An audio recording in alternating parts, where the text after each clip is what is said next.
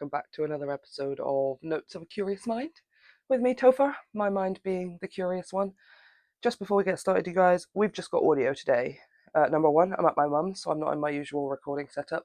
Number two, I am ill, so I don't really want to be putting my face on anything, And number three, I care for my mum, which means, I kind of need my hands and my body to be doing other things and stuff. So you're going to hear a little bit of clinking around as I'm doing the washing up and I'm putting things away and stuff or whatever.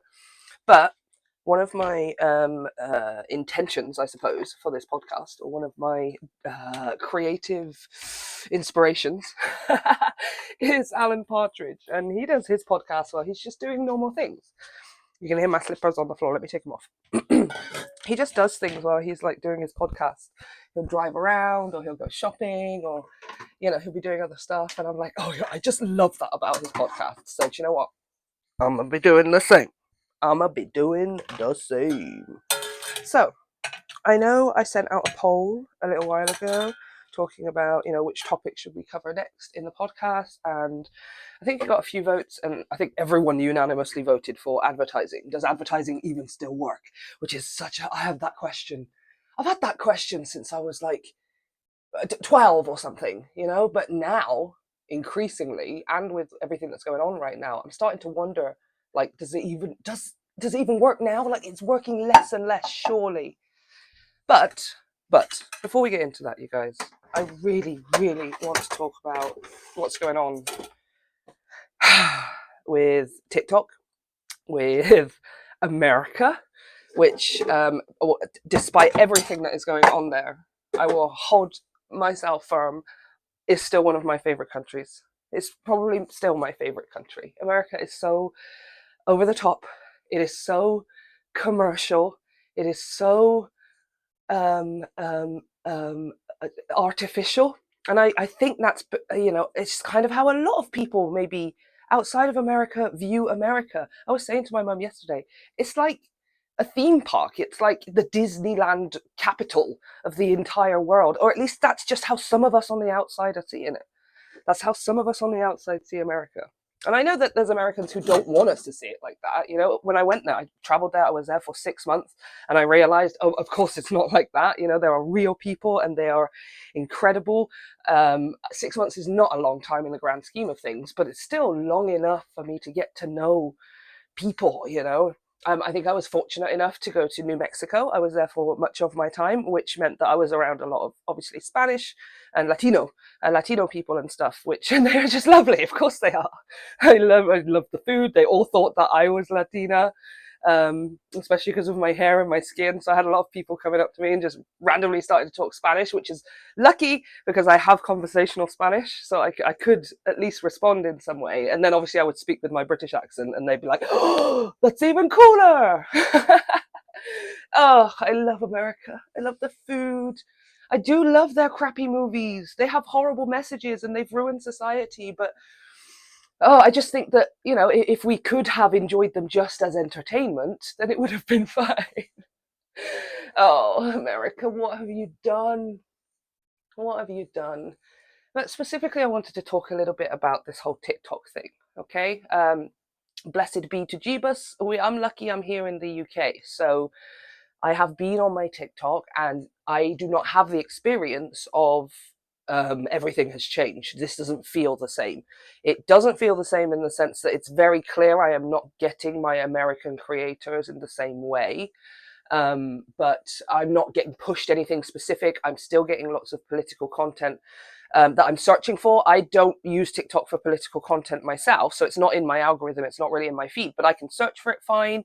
Nothing is being censored. Nothing is coming up as no search results found, and if you guys want to go and check that out, there's lots of people talking about how it's just completely changed, But yesterday I was watching a video about that. It was just a collection of TikToks of people from America, and now they've got the app back, talking about how it just doesn't feel the same. Something is different. Something doesn't feel the same. And I caught myself thinking, I'm like, why did they do it this way? Why did America do it this way? Apart from the obvious, I know the obvious is that, the Trump administration and, his little billionaire bum boys want it to look like Trump has saved it, right? That's the most obvious thing here. Trump caused a problem with it, put the bill through to get TikTok banned, claiming it's a national security threat, and then is the one to save it afterwards and go, look at that, guys, I saved it. I mean, we can't pretend like nobody knows this. I mean, we all know this, you know, but he did exactly the same thing with the border bill. The border bill back in, when was it? Was this 2021? So I think the second time that he ran against Biden, he intentionally got a border bill halted or stopped by getting everyone to vote no on it, that Republicans to vote no on it and stuff, because he knew that if it got done, if it passed, then the credit would go to the Democrats. And obviously he wanted the credit. So he said, look, hold off and say no on it until I'm in office, or until I'm the one that can be the, you know, I can do it, and then I can get all the credit. I mean, it's ultimate narcissism, isn't it? There's a lot of people recognizing how what's just happened with America and TikTok is like one of those narcissistic relationships. When you're with someone who has narcissistic tendencies, and they will create the problem and then solve the problem so that they can say to you, look, see, I did the thing you wanted. Look, see, I solved it. Didn't I? Didn't I solve your problem? That means that I love you because I solved your problems I created. And I think the hope was that, especially the younger crowd, because that's what TikTok is for, majority of it is for younger people. He was hoping that then the younger crowd would turn around and be like, oh, thanks so much, Daddy Trump. You saved our TikTok. I love you so much. Which obviously isn't going to happen. Obviously, we know that's not going to happen. There are several young people who already love Trump. Do you know what I mean? And yes, I will promise you, there are going to be some quite young people who fall for this. Do you know what I mean? But it's not going to be the young people that fall for it. It's not going to be the young people that fall for it. The problem is with Trump and people of the ilk, of the like, is that they are operating in 50s style thinking, you know, 1950s, 1960s, etc. style thinking.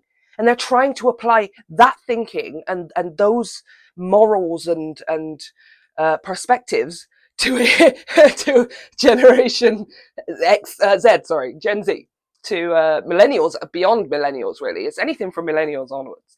And it just doesn't work. Like, they're from a completely different world from you. You know, like you can go on your Joe Rogans, you can go on podcasts and, you know, go hang around with, excuse me one sec, go hang around with red pill bro content and stuff, you know, right wing bro content, but you're not getting the core demographic of the young people. What you're getting is just a bunch of bros, a bunch of red pill bros. Do you know what I mean? Which I suppose that's what he's for. I suppose that's what he's for. You know? So that's like the obvious thing. We know obviously that's why he did it. You know what I mean? But, oh, I gotta feed the cats. I'm sorry, babes. I'm sorry, babish. Did I not feed you? You wanna say hi to the people? You wanna say hello? Yes, there we go. He's a good boy. Oh my gosh. Ugh, he's got cat litter everywhere in the bathroom.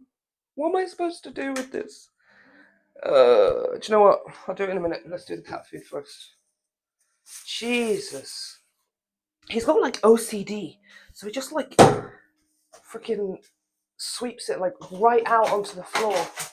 Because he's just so anal about it. Unbelievable. Alright. So anyway, as I was saying, this is just the actual podcast, you guys. It's just me and my ADHD thoughts, okay? So yeah, we know that that was the obvious reason, that he was, you know, claiming he was gonna, or he is now going to claim that, you know, I've saved it, everybody loves me, I need the attention, I need the praise, and also I need the approval of these young people and stuff, because, you know, I need them on side for the kind of country that I want this to be, right? He's already got the older lot on side. Of course he has. They ain't bothered at all, because he's just been spouting what a lot of them have been secretly wanting to spout for a long time. Okay? Because, again, Whew, there has never been such a drastic change between generations. There's never been a time on this planet where so many generations, where all of the generations that are existing are so vastly different from each other. Do you see what I mean? Like Gen Z is so different from Gen X and boomers. Like boomers are just, they're in a different world. They're in a different world and they never left their world. People are always talking about psychologically how people like they grow up, but some people never mature past a certain age. Yeah, well, boomers never freaking matured past their boomer era. Okay? They refuse to move forward with the world. They still refuse to move forward with the world. And I'm going to say, there is I'm sure there are studies, but there is evidence and data and information out there to suggest that boomers are the reason that a lot of us are in the position that we are in. Once upon a time, once upon a time, when things were still very divided and a lot of people were migrating across the world to the Western world, let's face it, to England and America, to the UK and America. A lot of the pre-existing population, do I want to say it? Yes, I want to say it. White people, they genuinely didn't want other minorities or immigrants or whatever you want to call it, people of color, POCs, okay, to have things. So they intentionally would vote against stuff. They intentionally were like, we're going to vote against this. We're going to say no to this thing, or we're going to vote no on this thing that was going to make our lives better because we don't want them to have it as well. We think we're going to be okay because we're white. We're going to be okay. We'll figure it out. We'll make enough money for it. And not realizing they shot themselves in the actual foot. Shot themselves in the foot. Right? And it's... So the older ones, the boomer lot, have been doing, excuse me, I'm just changing the bin. They've been doing what they've always been doing, which is looking out for themselves, taking care of themselves, you know? And Gen Z, whilst not saying that they're not selfish and, egotistical and they love their influencers and they're this and they're that, they're much more open-minded. It started with us, the millennials, because we were the ones that got the internet. So I feel like millennials has a mix. It's got a mix of people who are just still of the old way, are still of this traditional thing of, just do what you're told and be part of society and follow the rules and blah, blah, blah, blah, blah. And then you've got some of us who are just like way on the other end of the Richter scale, like, oh, hell no, you might as well just call us Gen Z, okay? Because we're just too open-minded. We've seen too much. We know too much. We've read, watched and heard and eaten and traveled too much. We've traveled too much. Do you know what I mean? So we're less boxed in. We're less judgmental. We're less restrictive with our thoughts, right? Just checking my mic. So this is why he wants TikTok. This is why they want TikTok, because it's the younger crowd. They don't need to worry about the older crowd. For the most part, they don't need to worry about the older crowd. They're going to do their own thing that they've always done, which is keeping themselves in proximity to the power, whether that's through money or through being white or through religion. In America, that's a huge one, isn't it? Being religious is a massive part of what would keep you in proximity to acceptance.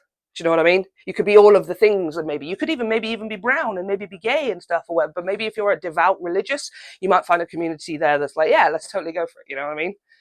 And we know that this isn't everyone. We know that this isn't everyone. But do you know what? I don't even have to prove myself anymore because he was inaugurated yesterday. It's clearly enough of them. It doesn't have to be all of them when it is clearly enough of them. Because look at what's just happened, right? So the point I wanted to make when I was talking about, I've been speaking to it about a little bit on YouTube and stuff. I'm not entirely sure like what I can say in comments, because there was a few that were getting removed and we had to refresh them and then they were coming back up, and I'm starting to realize that maybe it's because the comment was under review because I'd written a few paragraphs. It was a long comment, whereas other comments that was just a few sentences were going up straight away, and I'm like, I think it's because the comment's under review. I don't think it's because we're being censored. Let's not get ahead of the game here, guys, because then you could just refresh and the comment came up and it was fine. But I was talking about how, I don't know if anybody's been talking about this, but for me, it seems like there's been a lot of questions about why. Why did they do it this way? Why have they been sneaky about it? Why have they been, underhanded. It went down for like roughly about 16 hours or something like that. And there were a lot of people that noticed the source code for the app or the website or whatever had changed from being in China, was it? But from being somewhere else, and it was now in these two new meta data banks, these two data centers, these new metadata centers that have been set up. And and this isn't conspiracy, you guys. I know it sounds conspiracy because we're starting to live the reality of what a lot of conspiracy has been maybe pointing towards, and it's really hard for us to reconcile with what's true and what's not. But you can go and find this information. It's absolutely out there. It's not hidden or anything. You can read source code for every single website. You could read source code for this YouTube that you're watching right now, or if you're listening to it on Spotify or something, there's source code, right? And a few people had noticed that it had moved, making it quite obvious that it's either sold to Meta, or at least then Meta is the one that's going to be dealing now with America's data, which was their argument in the first place, was that it was a national security threat, right? Handing your data over to China is dangerous because all of these young people are going to grow up one day, and then China, when they're like 30, 40 years old or something, China could use that information against them, to blackmail them into telling company secrets, or and they're not going to be they wouldn't do that for everyone, but the point they were making was, the threat was, what if one of those children grows up to be a nuclear scientist? What if one of those children grows up to work in the defense sector? What if one of those children grows up? Do you see what I mean? So the point they were making was, if China has that data from when they were younger, and their videos and their this and their that, they might be able to use that to blackmail somebody who works in the defense or the nuclear or the something sector, to get them to pass on information. Now, I kind of, again, it sounds like a conspiracy. Because on the one hand, it's like, why on earth are you watching movies or something? That only happens in movies where they're passing around USBs in freaking envelopes and stuff, or in North Korea. But that's not really real life, is it? But then now it's just like, oh my God, what actually is real life? What actually is real life? Ugh. So in those hours where it moved over from wherever it was over to now these metadata centers, that's why people have noticed the shift, right? Because what's happened is ByteDance, the owner of TikTok, they can sell TikTok, the platform, and they could do the whole 50-50 thing or whatever that Dumper's been talking about and stuff. But they can't sell the algorithm. As far as I know, I don't think China, I think there's a few places in Asia, but I don't think China is allowed to sell things like algorithms, right? Because those are like secrets. Those are like intricate inner workings. You could sell the thing that the algorithm maybe runs on, but I don't think they're allowed to sell. And I've been saying everywhere, I might be wrong on that, but I'm sure I remember something about that. I'm sure I remember something about that being somewhere in my brain. It's ringing a bell for some reason. Do you know what I mean? But even if that's the case, I don't think they would sell the algorithm anyway, because the algorithm is where the magic is on TikTok. It's not about the app. It's not about the app. The app is just a platform, like YouTube, like Facebook, like Instagram. It's just the platform. It's the algorithm that makes TikTok magic. The algorithm that knows you better than you know yourself for a lot of people. The algorithm that will know what you want to see kind of well ahead of when you know you want to see it. Do you know what's great about the TikTok algorithm? And I don't think a lot of people know this, is based on your usage of TikTok. Not only will it cater and streamline the content that you're seeing when you scroll, it will do that with the comments that show up. So you and I could sit next to each other, have two different algorithms, and be watching the same video from the same creator, the exact same piece of content, click that comment button, and the comments that come up would be two different sets of comments. All of the comments are still there, but the ones that get pushed to the top are going to be different based on what your algorithm is. Isn't that incredible? Isn't that fantastic? Right? That's the part that America can't buy. Now, they can try and emulate it, they can try and recreate it, but I think that's why it's a trade secret. But anyway, sorry, there's my brain going off again. My question was, why did they do it that way? Right?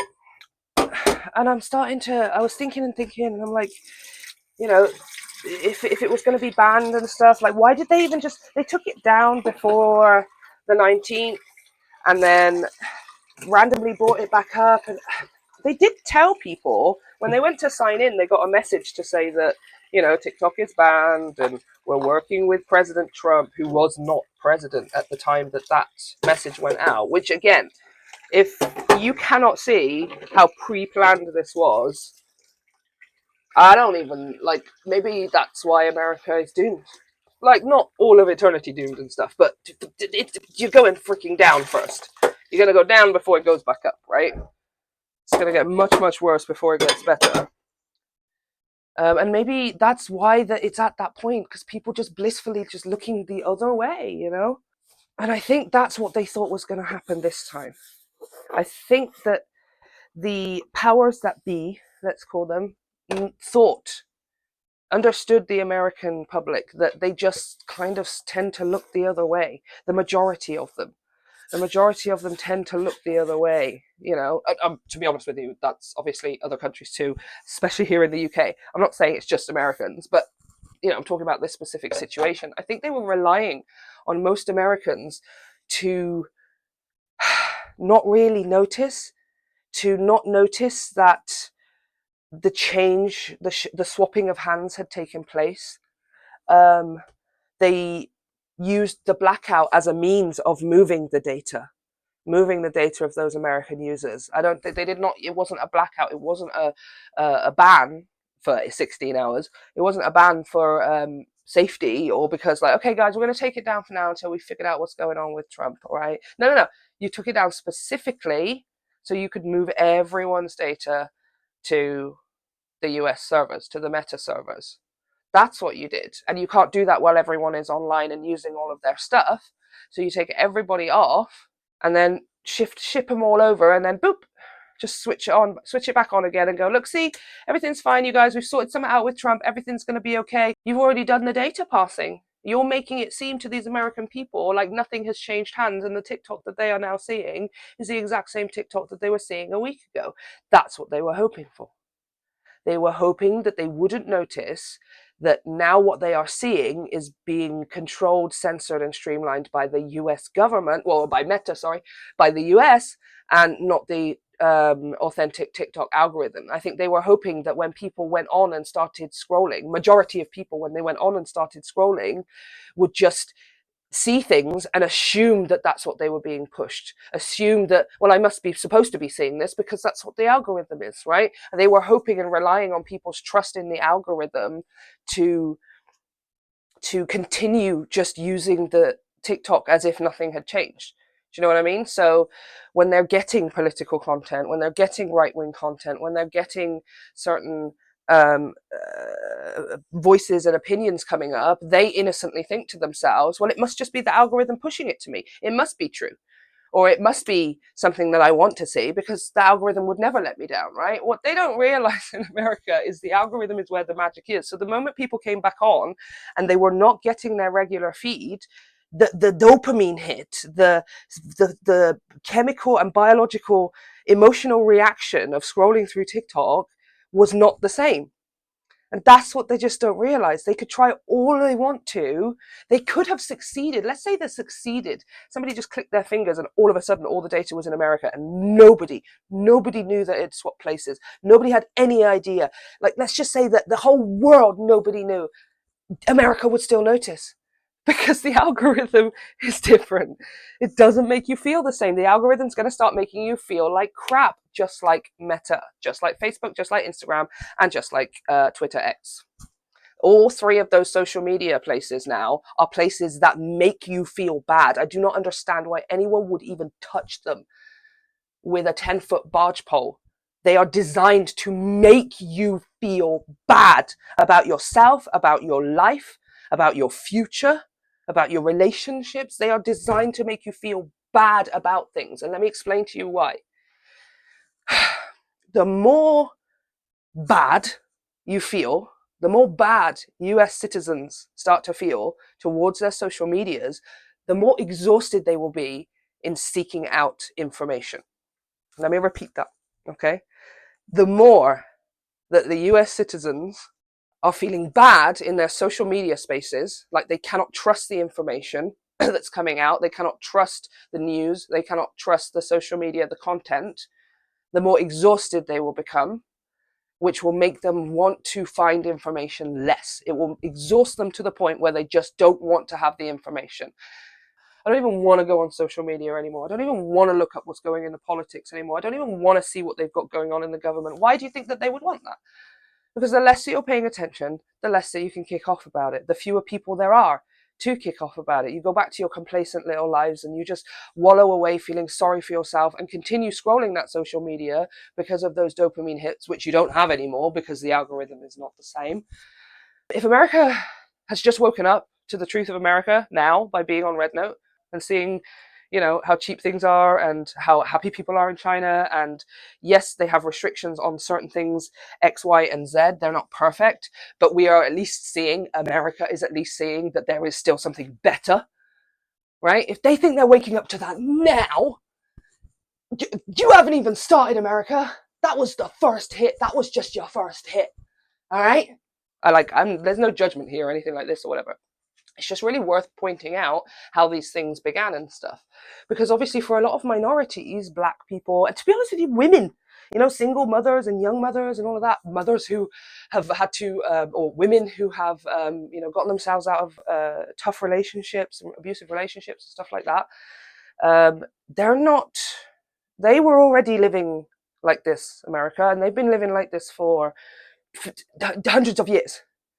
Some of them, Some of those groups of people have been living like that in America for hundreds of years. They've always had to work 2 jobs. What are you talking about?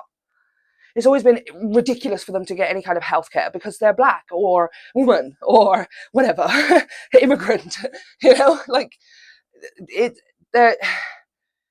for them, it's not so much of a wake-up call. I think as far as Chinese culture and it being rich in culture and history and all of those things, that's a little bit shocking. That's still very much just like, oh my gosh, you guys have so much going on. What are we doing here? Why do we just have fish and chips and a couple of dusty castles? Where is our culture? Where is the ancient, the dress and the language and the myths and the legend and the stories passed down from scroll to scroll to mouth to person to blog to blog? China is just so entwined and it's not perfect. It's not perfect. You don't have to look at it with rose-tinted glasses, but you can look at it and go, well, that's obviously a little bit better, isn't it? It's a little bit better. And I think that's what America's doing right now. And I think it's just going to get worse for them. Worse in the sense that, more is going to be revealed. They're going to become awake to a lot more and stuff. So I just don't think it's possible for them to go back to being that complacent. Let me just sit here watching Game of Thrones, scrolling through TikTok and feel bad about myself. It's not going to work anymore. And it's going to increasingly work less and less, especially with the younger generations and stuff. Things like people deciding not to have children. Both sterilizations of males and females has maxed out at like 300% increase in these things in America. Obviously, with the new administration coming in and all of these birth control and fertility laws and restrictions that are happening in America, a lot of them are just going on and getting their stuff sorted out, and I'm like, okay, fair play to you, and there's some people that are deciding point blank period, I just don't want to have kids. Sorry, I'm feeding the cats right now. So I think what's going to happen now with TikTok is people are going to see a lot more in America, because it just doesn't seem to have affected mine at all, in the sense that, of the content I'm seeing or searching for is still there. I don't have to, it's not censored in any way or anything like that, but it's not going to be the same for most of us here in the UK and the rest of the world, because America is going to be censored as in what goes out as well as what they get coming in. So I would highly recommend that you guys go and try and find your favorite creators elsewhere. Here on YouTube, some of them are over on Red Note, but remember, when you go there, it's not at all a place that is the same as TikTok. It's not like TikTok at all. It looks and functions a little bit like it and stuff, but it is a place for support. It's a place for community. It's a place for learning and sharing your skills, hobbies, and talents. I would highly recommend you go and find your creators elsewhere, just because even for us who are not in the US, it's going to be different. To have 1/3 of the users of the base of TikTok just completely cut off and censored like that. They really bought the best of that app. So it's not going to be the same for the rest of us too. And even if like, okay, I still need to use it and stuff, but I think I am just going to start slowly edging my way away from there, moving over to other places. I've got the Patreon now, which is great because I mean the Patreon is free and stuff. Like you don't have to pay to join my Patreon or anything. It's just a private space. That's all it is. It's a space that is not part of social media, just so that I'm not particularly divisive or anything. I'm just curious and ask lots of questions and things. I don't have like an extreme views and things like that or whatever. So it's not like I don't think I would ever really be censored. Sort of just approaching everything with the mind of a child, really. Innocently is what I mean. But I feel like I still need people need to be able to create a space. And right now, if that's just me making my little Patreon for whoever wants to join there, then so be it. Whatever happens elsewhere, even if you feel crappy elsewhere in your other social medias and stuff, you still have somewhere to go. There's still a place for community. I don't think it's going to be fun for much longer there. You know what I mean?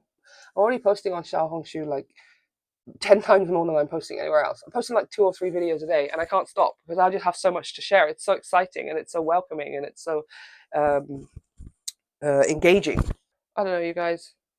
I'm a little bit sort of sad, really, just because it was such a communal place, wasn't it? It was a place to connect with the whole world. It was a place to connect with the whole world. And now it's just for America to just be so careful, question everything that you see. Don't, yes, you are going to get exhausted, you're going to get tired, but guess that's the battle, that's the fight. I think here in Britain we could be massive allies to our American siblings, where we could actually maybe get some truth of things and still be able to talk about these things in a way that maybe Americans can't, to create spaces where maybe they can go that is not social media. It's not this, controlled. It's not controlled by the US government. I'll make my own damn website and then we're going to go talk about it there.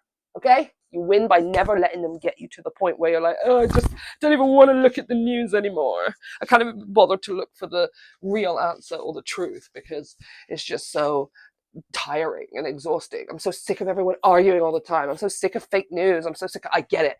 I so get it. I get it in every single absolute 100% way. But you cannot give up. You cannot just let it go. Because that's what they are counting on. They're counting on you being so exhausted and numbed and desensitized to it that you do not question why you have to work 80 hours a week in the next 10 years. That you do not question why he's taking a fucking 3rd term. Excuse my language. That you don't question why your groceries are costing you triple the amount of what it costs in other places. I believe in America. I'm starting to realize, though, that it's not America, the country, that I believe in. It's America, the people. That's what I believe in. And I know over half of them just voted in Trump, but I don't care. I don't care. I will die on this hill alone if I have to. I believe in the American people. I believe in the American people who actually made America, not the American people who just sit there and claim it. There are 2 different kinds. One American claims the land, and the other American builds it, they toil it, they grow it, they create it. They are the backbone, and they are the ones that have always made me fall in love with that country. They are the ones that I am going to be fighting for in whatever way I can. And I'm just understanding, okay, that's just information. Right now, that is just information, inspiration, and maybe a little bit of distraction and entertainment sometimes. We can do that. We can do that here in the UK. We've got all of our own stuff going on. We do have all of our own stuff going on and whatever. Our political things are, we still got like the worst NHS. Oh my God, it's like the worst that it's ever been or whatever it is, and got a huge, massive homelessness problem, massive homeless population. And we've obviously got the immigration dealio where it is true that it is overloading many of our systems, but it is also true that that's because they haven't figured out how to streamline the freaking process. Okay? And they're being slow about it and using it as an excuse to make everybody else angry at the immigrants instead of angry at us for not doing the job properly. Classic. Classic politics. Some of people want to be sorting out what's going on here in our own country and stuff, you know, and there's people who are going to be mad at me for saying that, you know, I'm going to choose to put my energy and my efforts towards America. But, you know, I mean, you can be mad at me. At no point is that actually going to change my mind. So you're just wasting a bit of energy, really. But yeah, that's what I'm going to be doing. Just get people to critically think outside of the box, to question things, which is what I do.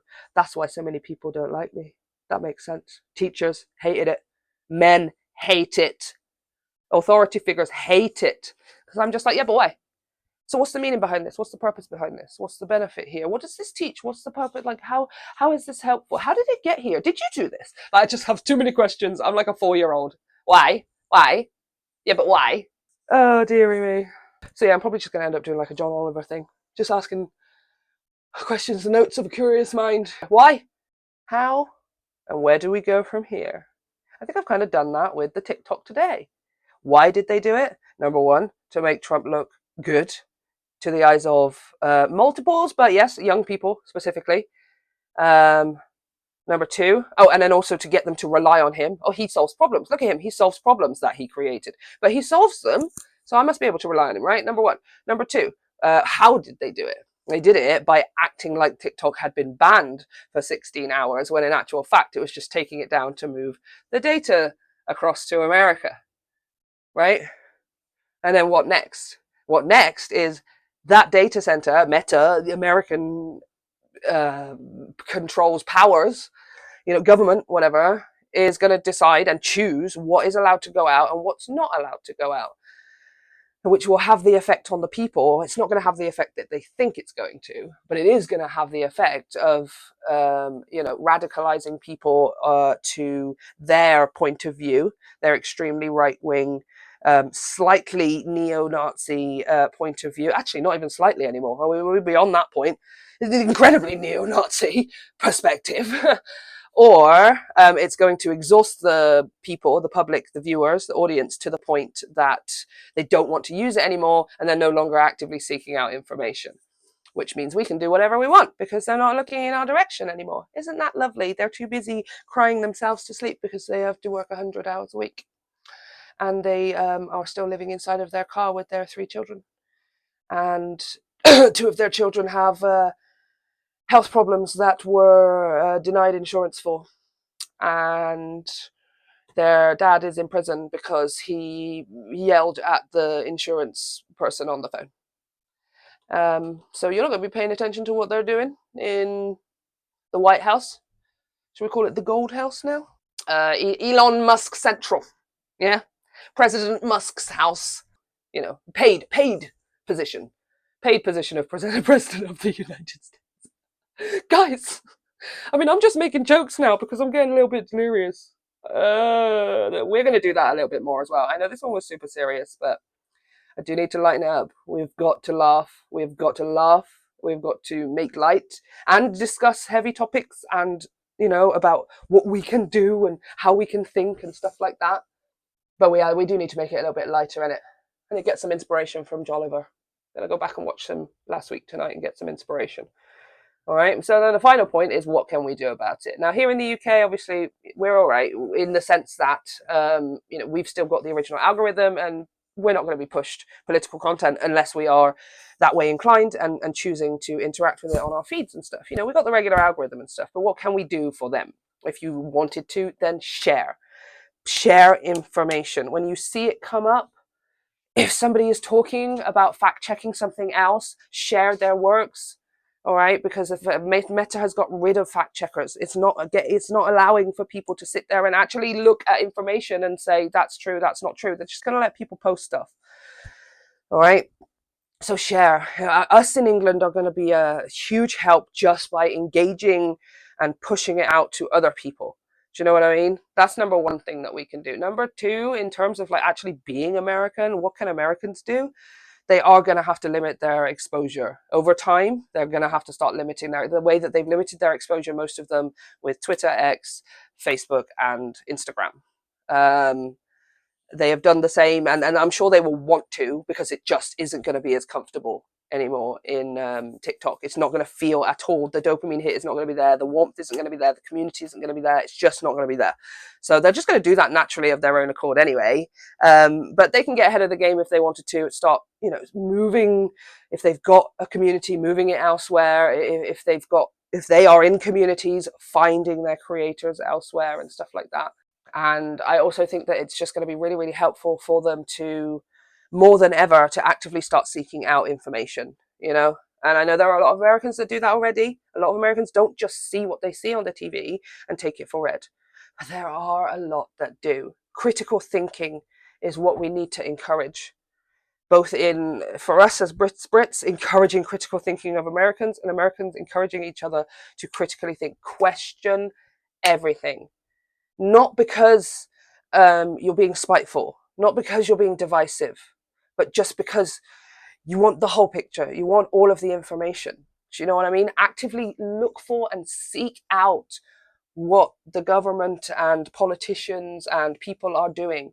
Look for the information. You're going to have to, unfortunately, do the work yourself because the algorithm's just not going to feed it to you anymore. So it's going to be a whole trip, you guys. Okay. Next up, though, we are going to talk about advertising. We're going to have a look at advertising. Does it still work? I'm going to go through some old adverts in America that I absolutely love. I miss the days of local advertising. Everything looks like it's straight out of the 90s and it's beautiful. I will have my energy back soon. I will have my zest back soon. We will be laughing about a lot of stuff and all of the stuff, especially in the next episode, okay? But for now, I love you guys so much. Thank you for being here. Thank you for listening. Don't forget to leave a review or a comment if you are on YouTube. Please like and subscribe if you are anywhere around YouTube. And if you're listening on the Patreon, know that I love you. This community is literally going places, and I'm so happy to have you here.